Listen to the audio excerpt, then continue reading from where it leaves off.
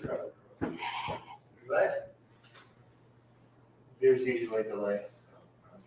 Yeah, it's gotta be pushed up to the streaming source. Gotta go to the cloud. You're a streaming Cloud's source. infinitely scalable. Just move the cloud closer. It's just in the cloud, man. It looks like it's live. Infinitely scalable. Alright. Well, I saw something.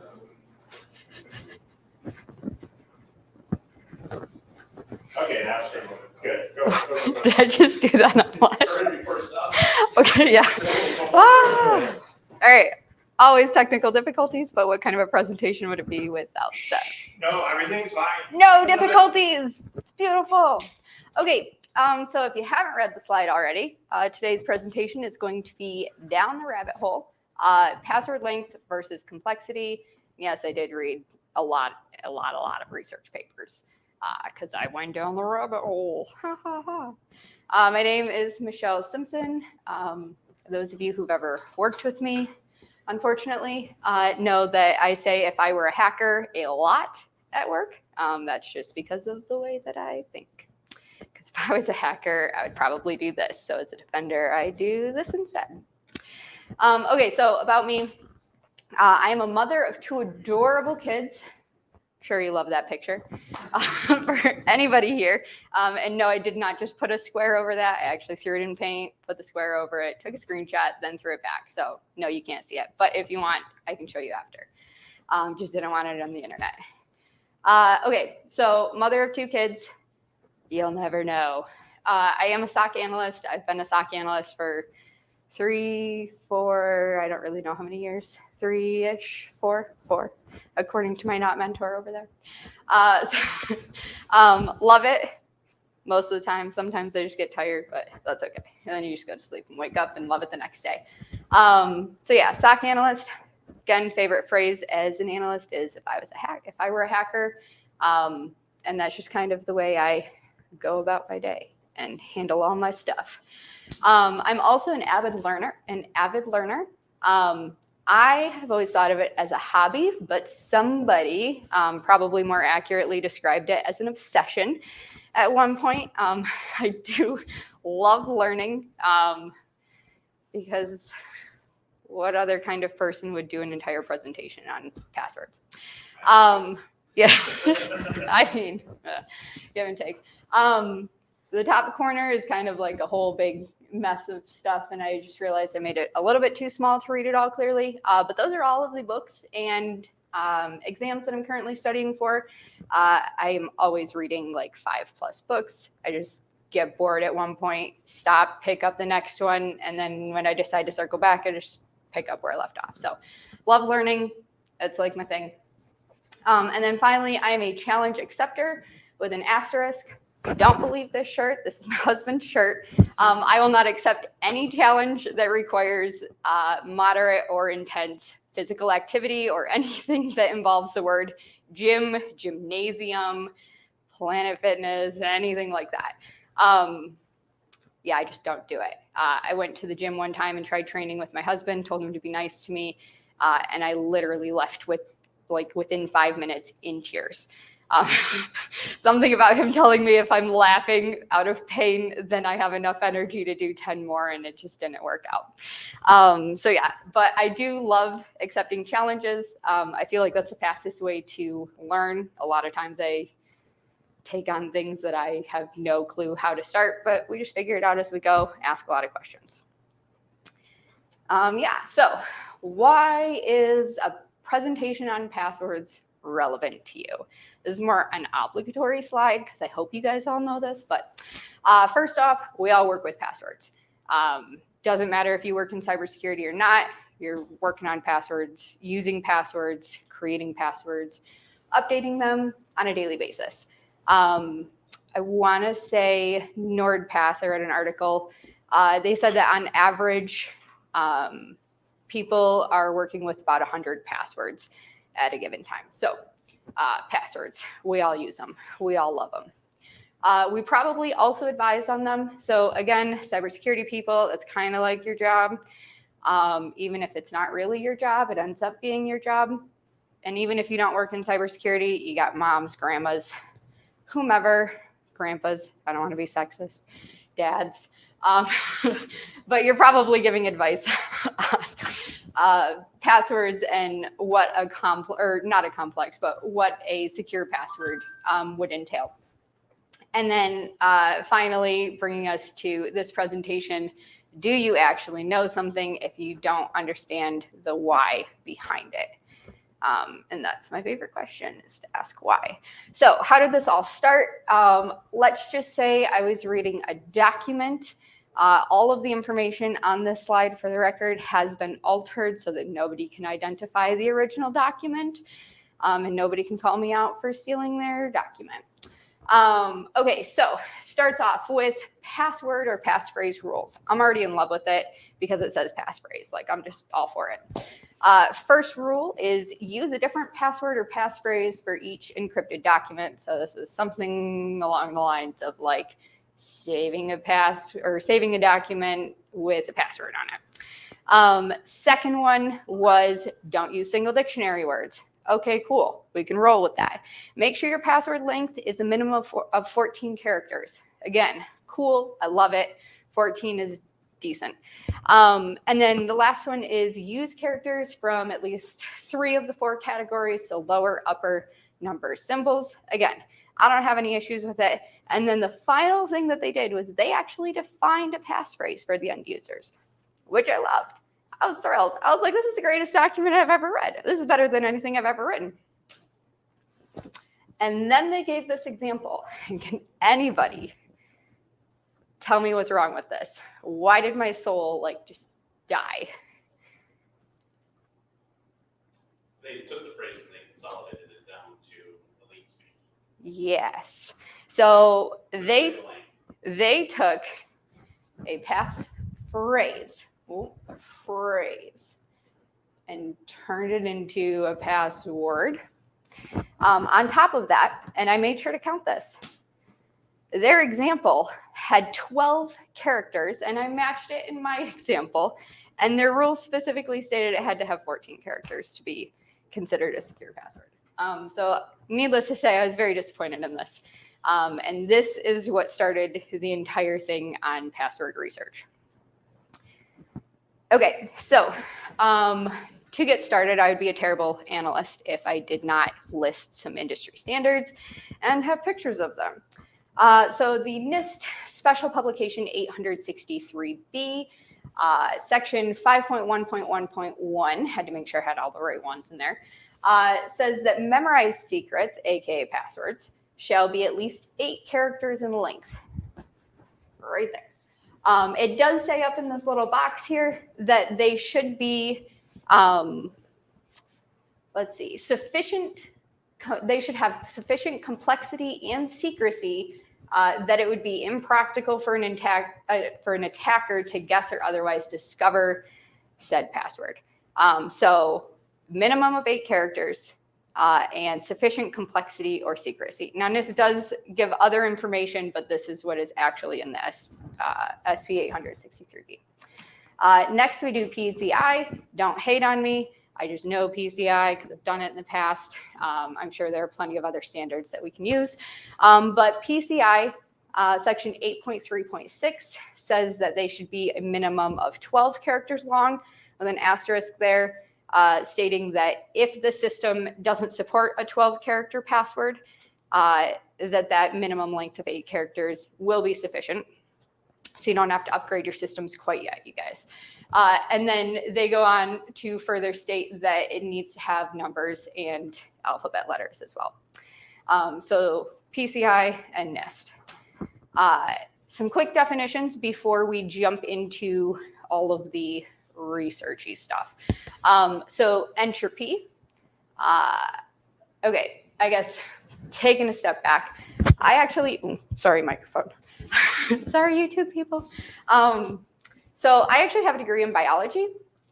Switching to IT was kind of like I don't want to go to med school, so I'm just going to completely change careers decision. You know, like that normal thing that med school students go through.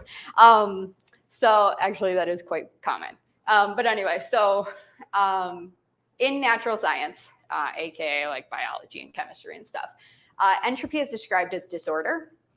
So if you increase entropy, you're increasing the amount of disorder in a system. Go back to like elementary school, middle school science, like you heat something up and the little particles start moving faster, increased entropy.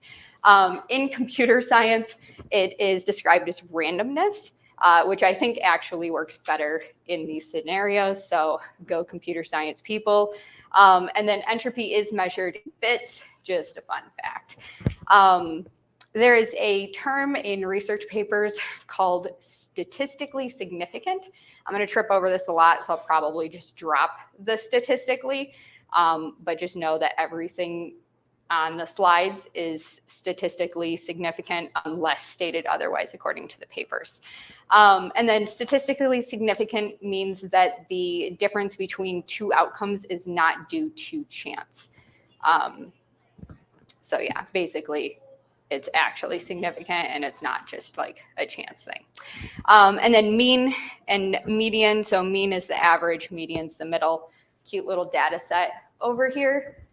If you add all these numbers together, 0, 1, 2, 3, and 9, the average of those is 3. The median in the middle is 2. Just comes up on a slide, so I figured I'd point that out really quick. Okay, so traditionally in research for passwords, there are 2 methods for quantifying password composition policies. The first is estimating entropy of the words themselves, or the password, sorry. And then the second is an empirical analysis with using password guessing tools. So like algorithms, basically mathy stuff. I guess the downsides to both of those are the exact opposite. So when you estimate the entropy of a password, you are only looking at theoretical data. You're not actually looking at any actual password sets, if that makes sense. The empirical analysis is only looking at password sets and doesn't really encompass any theoretical data. So yeah, kind of the opposite, but they're both valid in their own way. Okay, so the research, what you guys have all been waiting for. Okay, so first research paper was a study done in 2002. This is, well, the title is Improving Computer Security for Authentication of Users, Influence and Proactive Password Restrictions. Basically, they took 24 Purdue undergraduates, so massive study here, super diverse subgroup, super diverse group of people. And they gave them each 2 laptops. One of them is for authentication tasks. The other one is for distractor task, which was a word naming task. So basically, for the distractor task, the students were told that they have to call out what word appears on their screen, and they have 60 words that they have to get through, and it changes every 500 milliseconds. So half a second, you basically have to say the word that's on the screen, and then it moves on to the next word for 60 words. The point of the distractor task is to basically clear out the password from the student's working memory so that password recall later is based on not their working memory. So it just makes it a little bit harder. And then there were 2 policies. The first one is a minimum of 5 characters with no other restrictions. And then the second one is the minimum of 5 characters, and then they had to have an uppercase, lowercase number, no sequential repeats, so they couldn't have like BB or 22 in their password, and then no 2 letters that were also in the username. You guys might be laughing at the 5-character password because I know I kind of scoffed at it at first too. That was actually chosen. They humbled me really fast there. It was actually chosen because 5 letters is like easier to keep in your working memory. So it was chosen for memory purposes. We'll talk about it in a hot second, but they did a second experiment with your standard 8-character password. So, okay, so the students were asked to create a password. Then they were asked to recall that password immediately. They were given the distractor task, asked to recall. That was repeated 4 times. So 5 times total, they had to recall this password. And then they were given a questionnaire and asked about the perceived difficulty in creating the password and in recalling the password. Okay, so the average length of the password was 6 characters for the minimal restrictions, and then 6.5 characters for the additional restrictions. So either way, the average was higher than the 5-character minimum, which is a bonus. We like that. It took twice as long, a little bit over twice as long, for the users to create a password under those additional restrictions, even though it was 5 characters long. Obviously, errors are going to increase with additional restrictions. The average time to recall increased by almost a full second. The number of errors increased slightly, but then the perceived difficulty. So do the users like it? Do they like creating your password for a 5-character password? So we're talking smaller than normal. Obviously, they didn't like it. They found it harder. So this was on a 1 to 7 scale. 2.8 kind of getting to the middle, but not quite there. And then they also, the researchers used John the Ripper, which I'm just going to say John going forward, to crack the passwords afterwards. 18 of the 24 passwords under the minimal restriction were cracked. And then with the additional restrictions, only 8 of those 24 passwords were cracked. And then asterisk, I noticed after I made this, I have a lot of asterisks in this presentation. So just roll with me on it. They did notice that of the passwords that were not cracked, so the 6 that weren't cracked in the minimal category, 4 of those had characters that were 7 to 8 characters long.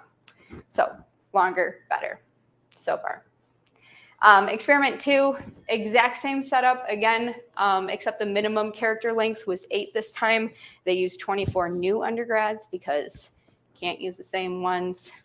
Study is already small. I'm not hating on their study. They did a great job. Okay, so here we see with the 8 character lengths, the average length was 8.7 and then 8.8. So not as many characters over as you saw with the shorter password. The average time to create a password tripled, going from the minimal restrictions to the more advanced or the additional restrictions. So kind of a noticeable difference. I think it was doubled on the 5-character length password. Errors increased. The time to recall the password, again, it's a little bit harder for the people who have more restrictions, but not I don't want to say not a significant. It's not significant in my opinion, but it is statistically significant. Let me just throw that out there. The errors during entry, the average number of errors did double, even though it is small. Perceived difficulty in creation also doubled. Perceived difficulty in remembering doubled once you added those additional restrictions in.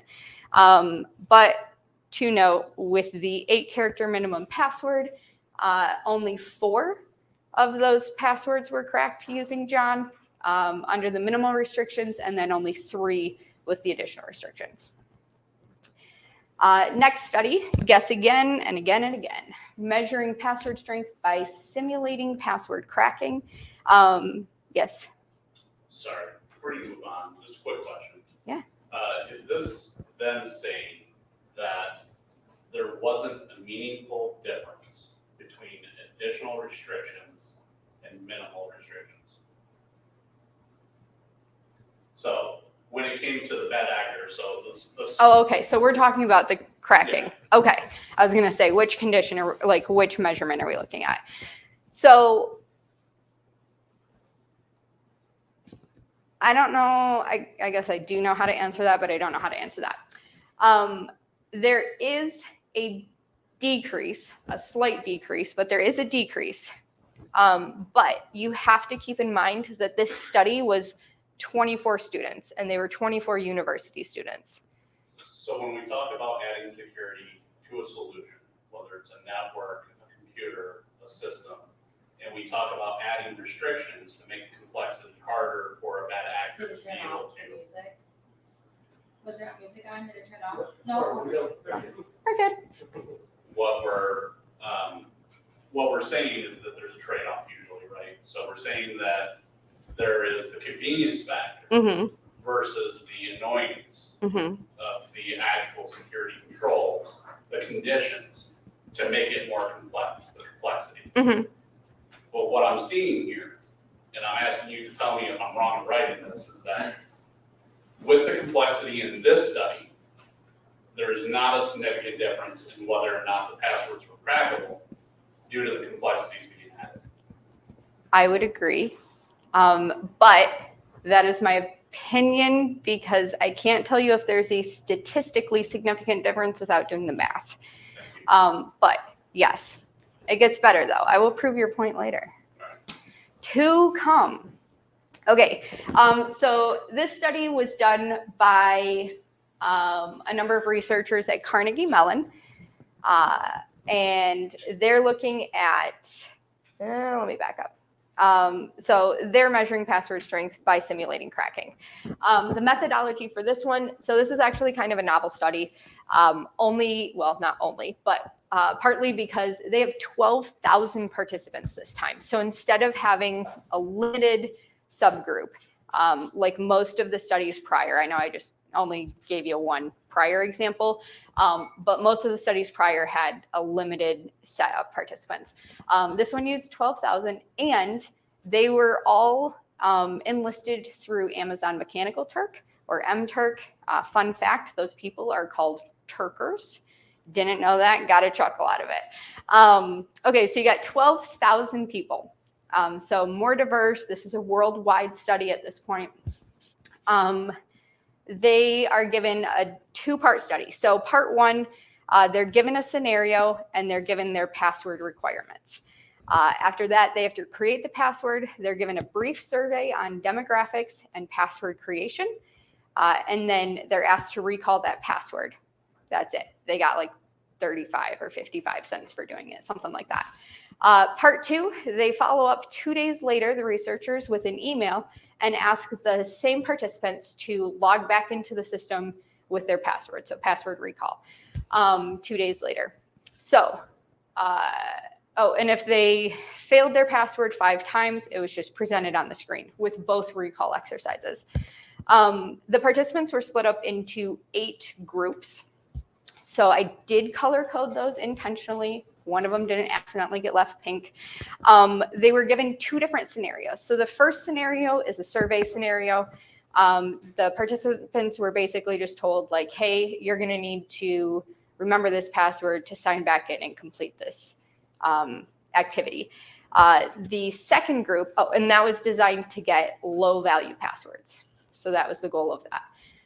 The second through the 8th groups were all given the scenario, your email provider has been hacked, your password is breached, you have to go in and create a new password for your email so that all of your stuff is secure. So the purpose of that was to get more high value passwords. Arguably, I would probably go for like banking for high value, but I'm not a researcher. I'm sure they studied that ahead of time. Okay, so your subgroups are basic 8 survey. They were given the survey scenario, and the only requirement was it has to be minimum of 8 characters, basic 8. Basic 8, the blue one is the email scenario, and again, just minimum of 8 character password. Basic 16, you're getting the picture, minimum of 16 characters.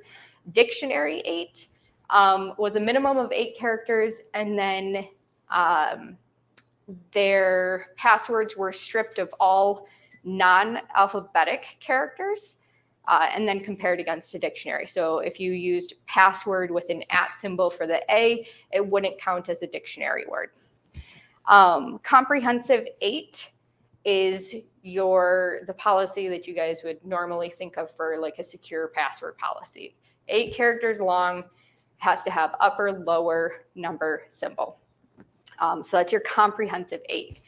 And we're mostly going to be looking at basic 16 and comprehensive 8, just to give you guys a little forewarning. I don't really know where I was going with that.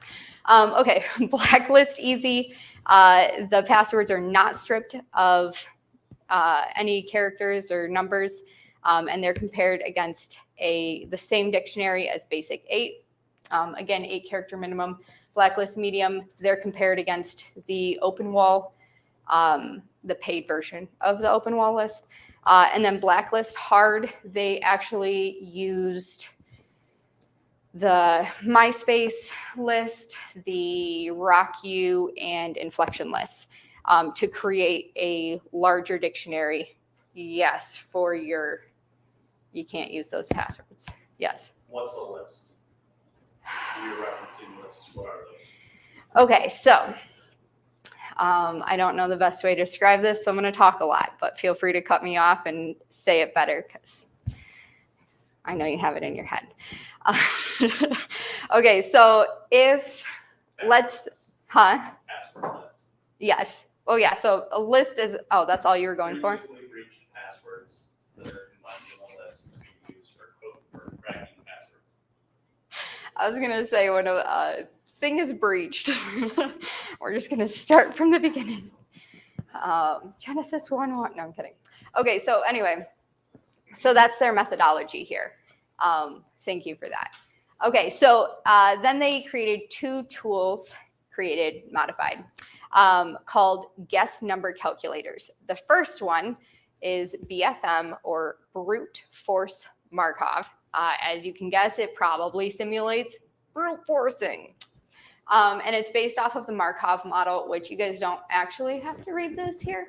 But basically, Markov is this idea that every letter or every, I guess, character for these passwords is determined by the previous character and nothing before that.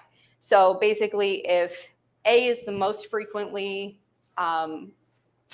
used letter following H, then every time there's an H, A will be the first letter guessed. It doesn't look at anything that came before H. So yeah, that's how Markov works. Then there's the wire algorithm that they used.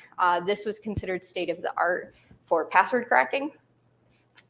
This kind of does the same thing, but the algorithm looks at the password structures or patterns. So it's not looking at just the previous character. It's looking at like a subset of previous characters. So yeah, they use both of them. And I'm sure you guys have seen these on Google if you ever have tried Googling. I always look down, I was like, I don't need that. I just need the little chart that is easy to read when you go to throw it in a presentation. But basically, and I put the numbers down here under each chart so that you guys can kind of figure out like how much they are, and so I can remember it too, because I'm good with numbers, but not that good. Basically, what they found is that at the end of each of these, so number of guesses down here on the x-axis, y-axis is the number of passwords cracked. At the end of each of these studies, basic 16. So only requirement is that there's a minimum of 16 characters.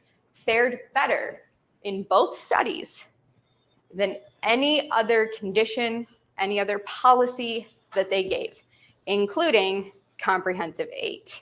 Thank you, every company that doesn't listen to security people ever. Okay, so I guess one thing to note, and we'll get to this in a hot second, but these studies are giving you numbers way up here at 100 trillion guesses. So if you look earlier, so even, let me pick one over here, even at 1 million guesses, they're all faring pretty well. They're all doing really well comparatively. These are theoretical. I can say that the calculators were trained with OpenWall paid. There's like 2 different levels of the OpenWall paid dictionary or list, password list.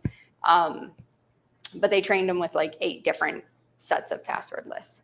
But regardless, long-term, basic 16 did better.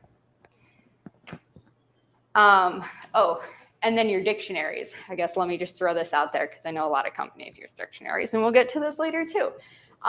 Your standard dictionary did pretty good compared with the the Blacklist Easy and the Blacklist Medium. So those ones were similar to the dictionary. So, but the Blacklist Hard obviously did better since we're comparing. So what were the findings here? Essentially, there were a lot of other findings, but they weren't related to length versus complexity. So the finding that we are caring about today is that basic 16 provides greatest security against a powerful attacker. So somebody who has enough resources to take 1 undecillion guesses or try to crack that many times. So yeah. Go length, not complexity. Okay, next study is of passwords and people, measuring the effect of password composition policies. This was actually a lot of the same people from the previous study because this was Carnegie Mellon and NIST coming together. The only person out of all these people from NIST is actually Sergey Egelman. Everybody else is Carnegie Mellon from the exact same previous paper. They had the exact same methodology, except they got rid of the blacklist hard groups and only analyzed the first 5. So basic 8 survey, 8 character minimum, 16 character minimum, dictionary, basically the dictionary blacklist, and then the comprehensive 8. That dropped your study down to 5,000 participants, but still pretty large compared to normal. So entropy, again, entropy equals randomness. Just remember that. Entropy estimates from this study. So your totals are here. Those are your total entropies. Your entropy estimates were significantly different, statistically significantly different. I just took that out because it was too long. Except between dictionary 8 and basic 8. So we see a large difference in each, well, statistically significant difference in the number of bits in every category except dictionary 8 and the basic 8 policies. This is important because previous NIST estimates were that basic 16 and comprehensive 8 should have the same, if not similar, entropies. So again, this was trained with like 7, 8, I think, password lists prior to running the models. But we're seeing a vast difference from anything that was reported previously. The other thing that it shows, which is kind of interesting, I don't know, maybe more studies need to be done on this, but between basic 8 and dictionary 8, there was a non-statistically significant decrease in entropy for the dictionary 8 group. So you would think that by not allowing people to put a dictionary password, just straight up dictionary password in their password, that would increase the randomness of their password. But according to this study, it actually decreased it slightly in entropy. Again, not statistically significant. That's the only one on here. Okay, so now what about password composition? So instead of looking at overall entropy, we're looking at like breaking it down for numbers, letters, symbols, characters. I thought this was funny, hence the smiley face. The average length for the passwords was longer than the minimum requirement. Now, if you think about that for a hot second, the average length means that it has to meet the minimum requirement and then it's anything over. So you would expect the average to be greater because you have to meet that minimum. So yeah, I just thought that was funny that they put it in for the findings. The average number of symbols in and uppercase letters doubled. So if we're looking, hold on, I need a stool. All right, I'm gonna use some shadow. So if you have basic 8 and basic 8 survey, so you're comparing high value passwords with low value passwords that people are creating right now. The number of symbols and uppercase letters doubled.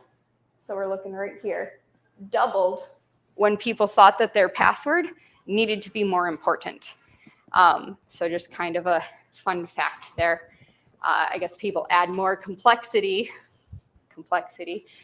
when they think that their password is higher value. In all cases except comprehensive 8, the amount of entropy per character type was similar. So, okay, so 2.8 all the way across on that top one for numbers. I don't know if they can hear me in the mic. I probably should have put it on my other side. Per letter, you got 1.6, 1.7 all the way across. But for symbols, comprehensive 8, each symbol actually had a slightly higher entropy, which is just, I don't know, kind of cool. More value. But then the thing that I found the most interesting about this, and again, kind of nerdy, but there's a significant amount of entropy that's contributed to a password in every single one of these scenarios, in every policy, by the number portion. So that to me is weird, and it's kind of like the opposite of what you would mathematically think, because there are, I don't know how many characters. I guess technically I can say it really just depends on how many they've blacklisted when you're creating your password. But there's more characters than there are numbers.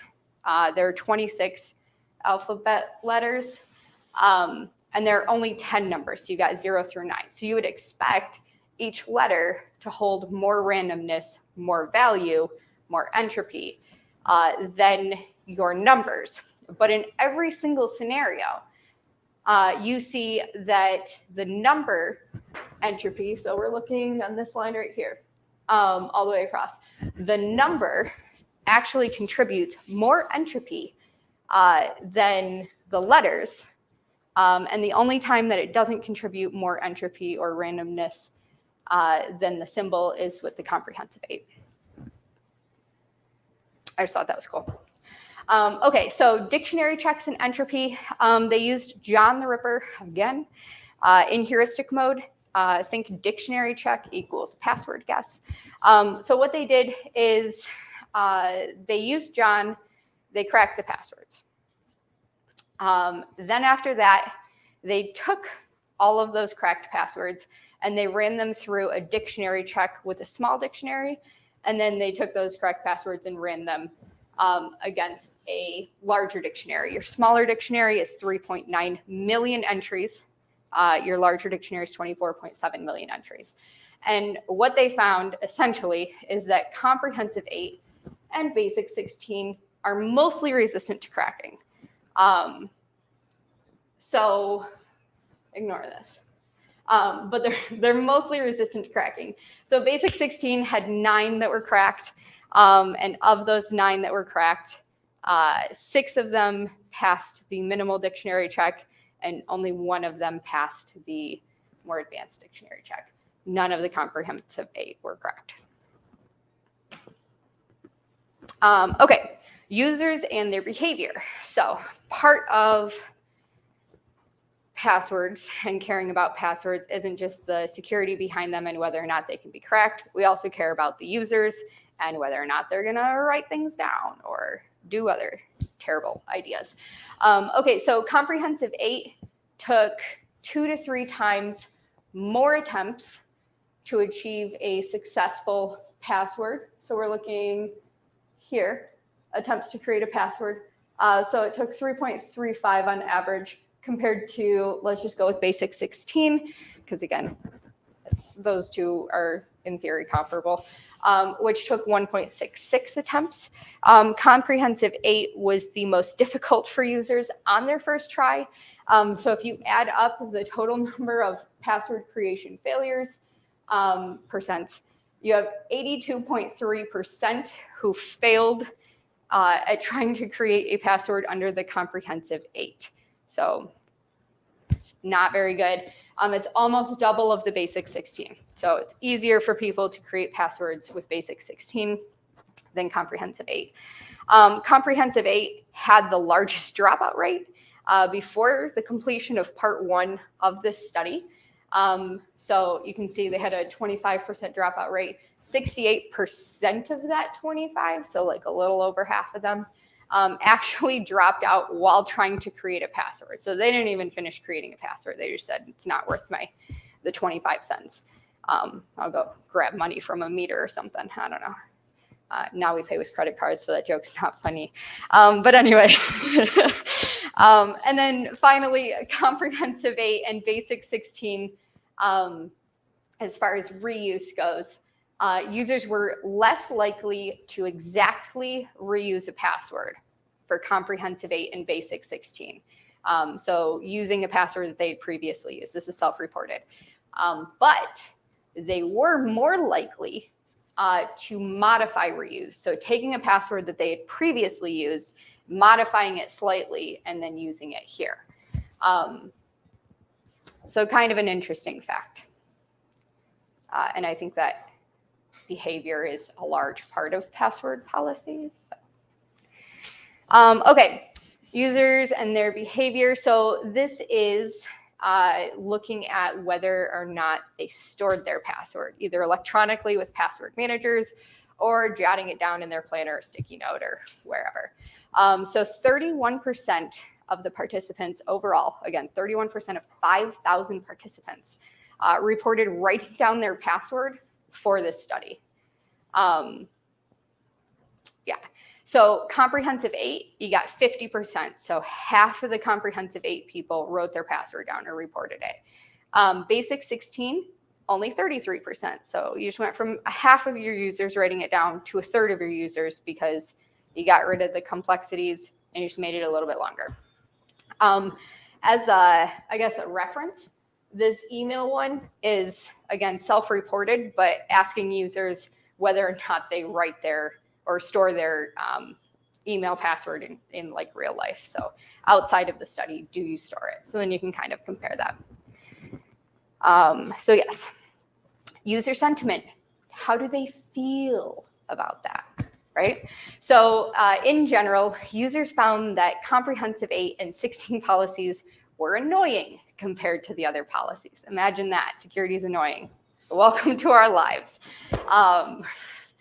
Also, when comparing the Comprehensive 8 and the Basic 16 groups on perceived difficulty, so strongly agree, would both be considered difficult.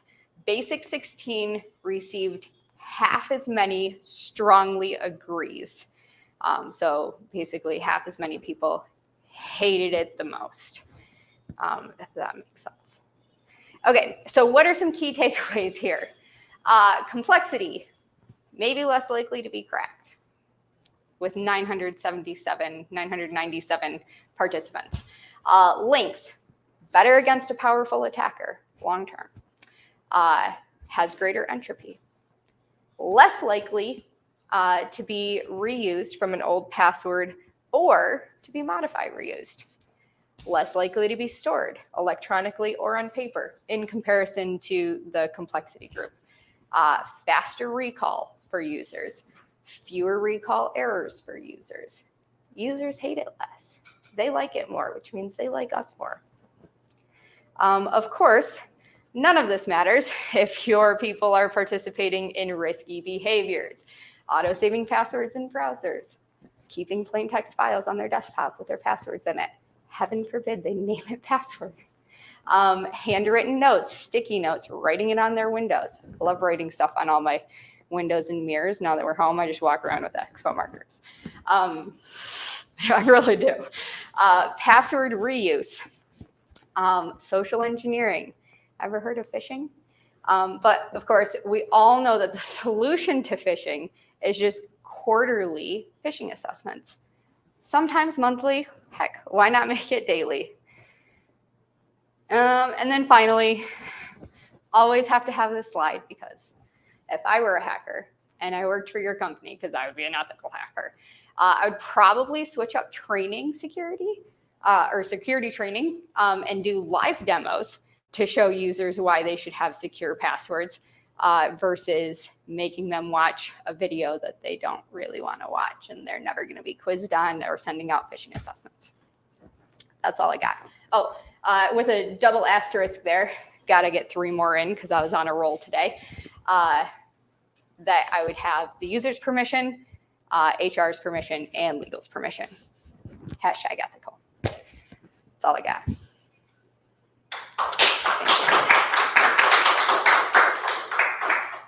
Any questions? So, Michelle,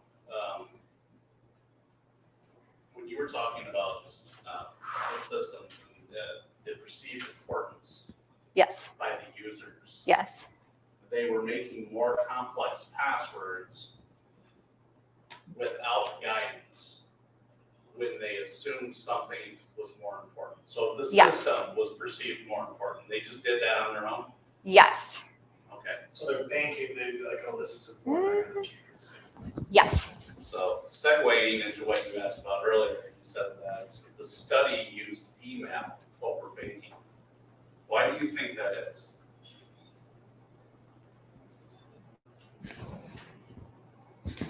Because they did their research ahead of time. Because they didn't want the highest value they want what's going to be the majority of passwords that users create, would be my assumption. Is it safe to assume that an individual's email account is more important than a bank? If you are thinking like a hacker, Okay. which one would you rather have? Access to their bank or access to their email address? Okay, so as a hacker, I would rather have access to their email address. But putting my mom, grandma, dad, grandpa hat on, I'd be like, don't take my money.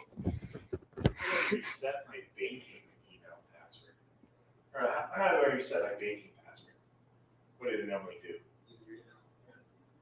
Oh, I was literally gonna say, don't click the link in your email. We're gonna send you something. We're gonna change your password. Yeah, And we're gonna send you the whole like hash thing yeah, to your email. Yeah. Yeah, you take someone's email, and you take their life, and you take everything that they. You don't even have passwords in your email. the solution to that is to just have secure passwords for everything. Yeah, I mean, there's passwords. Share it, Slack. During your research, Yes. did you do any kind of hands-on or anything research-wise in relation to what it takes to achieve what they were doing? No, So, I did not. I just read a lot of papers, but I have cracked passwords on Why? Try Hack Me. I know you cracked passwords before. What I'm getting at though is that when we start talking about the numbers, right? Mhm. We say, okay, it's 1 million attempts, Yes. right, to get to this level or crack this many of that specific sample, Yes. right? So this screen, yes, thank you. Yes. So when we talk about this, we would normally talk about high frequency cracking, right? So Yes. John the Ripper isn't ideal for that. That uses your CPU, right? Mhm. And that will roughly do how many guesses per second? I would ask you. So it's usually anywhere from between 2,000 and 3,000, right? Okay. Per second. Video cards, on the other hand, can do many, in some cases, hundreds of millions of attempts per second. Okay. Right? So when we talk about like the 1E6 taking 1 million attempts, that could crack instantly. in Pretty many quickly, yeah. cases, Right? Okay. Especially with cloud hosted video cards. They were talking to Vercon a couple years ago, where they're like, if you throw like enough money at it, you can basically crack anything in like a certain amount of time. NVIDIA Teslas are terrifyingly fast at rendering and also cracking passwords if you like write data. So you get 4, 5, 6 of these inside of a computer case, and you're running something like Hashcat, which is an alternative to John. Mm-hmm. You could easily achieve these numbers fairly quickly. Pretty quickly. Yeah, so when we talk about like Windows passwords or something, it only takes 5 days with a password cracking grid of any substance to crack every possible permutation of a Windows password. Let me take that back, a Windows 7 password, not that it's Okay. changed much, but that's when those things were done, right? So 5 days with roughly a $10,000 computer to achieve that goal, Okay. right? Yeah. So when we talk about this, it really boils down to the length. So the whole part of your conversation here, right, is the length. And when we talk about what I asked about earlier, whether it's easier for the end users or more difficult versus the complexity of having those short kind of passwords, you really nailed it in the presentation by talking to that point specifically. Yep.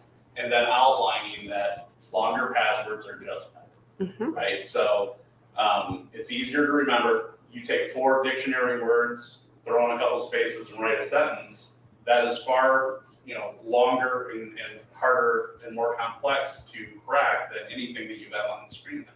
Yep. There was a study, so I didn't actually read it. I read the abstract because I would have had to pay $212 plus another $30 just to get access, and I was like, it's not worth it for one paper. But you're rich now. You get that. I know, really. No, I just read it on my plumbing. I got no money. I really tried. If I find it, I'll post it on Discord. But it was talking about, again, just from the abstract, it was talking about doing passwords that are now found to be the strongest have 4 segments in them. So a segment, kind of like what you said, except instead of 4 words, they had a character segment, a word segment, a number segment. It was set up like that. And then obviously those segments were all decently long, so it's really emphasizing the length of a password. I'm not saying I'm biased towards password length versus complexity, but I'm just going to stop right there. Yes. How do you feel about doing a talk on the other side of this about the hashing of passwords? We could do a talk on the hashing. I I have a presentation on hashes, not on hashing passwords. It's a whole other side of it. Oh, yeah. Realizing, okay, so great, they can crack it. How do we actually get it? And then how feasible is it to actually crack it through the different things? Yeah, that'd be cool. Salting, better hashes. I'm down for it. I got a slide in I'm talking about password hashes in my hashes slide, but I was talking about password hashes, and I have a picture of hash, and I'm like, and don't forget to salt your hash. I'm on it, man. I got it half put together already. Couple cans of corned beef hash. Yeah, seriously, I can pull it up. MD5, not secure. Double. Yeah, so what he just said is actually a great point, right? So, unfortunately, users being users, sometimes I don't want to say stupidity, but their creativity gets them around the complexities and lengths that we demand that they use, right? So there was a great one. It was this last year, right, where they talked about pizza 123 being the big new password that more people have pizza 123 as a password than password 123 these days. I didn't use it, but I love pizza, so it sounds like a great one. So there was I'm gonna forget exactly where it was, but it doesn't matter. The situation was the password length was quite long, and it was 8 characters. Sorry, it was a string of characters that they needed to do. So all they did is write pizza, pizza, pizza, pizza 4 times. Yeah. And that got them through the complexity part of the Yes. So what he was just talking about was double MP5, right? That's all they did to get by the requirements and move along. Yeah. The password was instantly crackable by any of these solutions for the most part, right? Yep. You zeroed in on, they're saying the minimum length has to be 18 characters. We'll just start there and we'll hit it with these particular types of logic, and it cracks it almost immediately. Password, Because it's so password, simple, right? password. Increment in a year with the season. That was a really big one. Was like spring 2020. That's like Spring 2022. so many IT departments, that was your temporary password, and the people just never really changed it. They Or it's the complexity, but all they do is increment it by 1.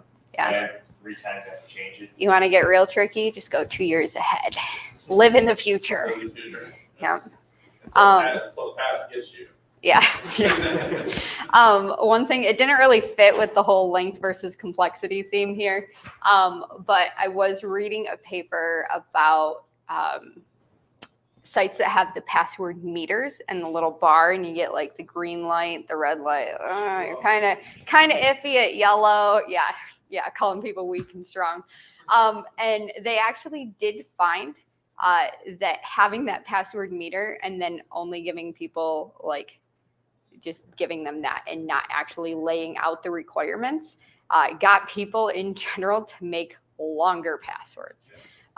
So kind of cool. And then, yeah, well, but you gotta put that character, that special character in, and you gotta put that number in so that you can try and get that green light. So people were making longer and stronger passwords without even like being told they had to, and fewer errors because they just kept going until they got the green light.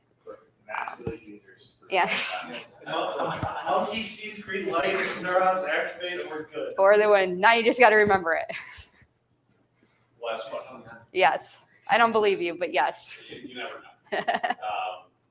With all the research that you've done, Yes. clearly you've done quite a bit. You wrote a few papers and such. Yeah. What did you identify in your own personal space that needed to be changed after going through all of this stuff? I mean, Carnegie Mellon's like the end-all be-all school for IT security, right? Yeah. IT in general. So clearly that was probably a significant read, Yes. right? Going through those different documents that they provided. So with that, was there anything that you identified that you needed to change with what you've been doing all along? So number one, my husband. I need a new one. No, I actually did a run through with him today just to like make sure that I was still good on timing and everything. I know his passwords. I know how his passwords change, and let's just say that is a pain point in our marriage, and it has been for years, and he's just that it just won't change. But I'm working on it. So yes, my husband. But also, I did read some other papers. So like while you're reading on this, again, I kind of honed it in on length versus complexity. There were some other papers where I thought like, oh, if I use this character, if I do like this sequence, I'm getting fancy. My passwords are good. And then I'm reading these papers and they're just like, this is the most common character used. This is the second most common character used. This is the third most common character used. And I'm just like, oh, fuck, those are my characters. Like, time to pick some new ones. And by the time I do that, everybody will have read this and they're all going to switch to, and then it's going to be the same one. So, yeah, definitely realized that I was like falling into some of those patterns that people do. I'm not saying I put a number at the end of every single one of my passwords. I'm not that bad, but I might be close to that bad. So I have one question. Yes. With all, kind of riding his tailcoats, with all the research you've done, have you come to any thought of the idea of maybe giving users suggestions of passwords? Like, here's 20 passwords, use one of them. I wouldn't say use one of them, but any time in my 4 years of cybersecurity, I have ever been asked to give advice on a password, I've ever been asked for advice, or I've ever just put myself, inserted myself. Yeah. Professional is we had systems where the programmer here's 20 randomly generated passwords that far exceed our password requirements. This way you don't have to come up with one. Yeah. Just get this and then store it someplace safe. I would say take these as an example, do something similar. So every time no, that wouldn't work. They'll ever do that? Well, Oh if they throw a 1 at the end, that's better. What if it's completely randomly generated? Absolute pure. Every chaos. single time it's completely randomly generated. 20 randomly generated passwords. How are they going to remember it? How are they going to remember it? Yes. Passwords. Bam, beat ya. I have succeeded my mentor. No, I'm kidding. I'm not. Please don't hate me. So password safes can be great, right? Yeah. And I except think- for they forget the password to get into the password safe.